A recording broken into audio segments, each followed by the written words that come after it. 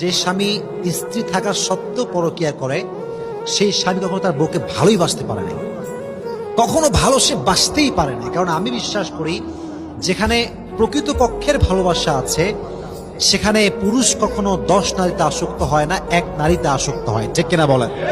আর যেখানে প্রকৃত পক্ষের ভালোবাসা আছে সেখানে নারী কখনো 10 পুরুষে আসক্ত হয় না, এক পুরুষে আসক্ত হয়, ঠিক কিনা? তাহলে বোঝা গেল যে ব্যক্তি বিয়ের পরেও, চাই সে পুরুষ হোক কিংবা মেয়ে হোক, পরকিয়া করে, সে কখনো তার স্বামীকে অথবা তার স্ত্রীকে ভালোবাসতেই পারে নাই।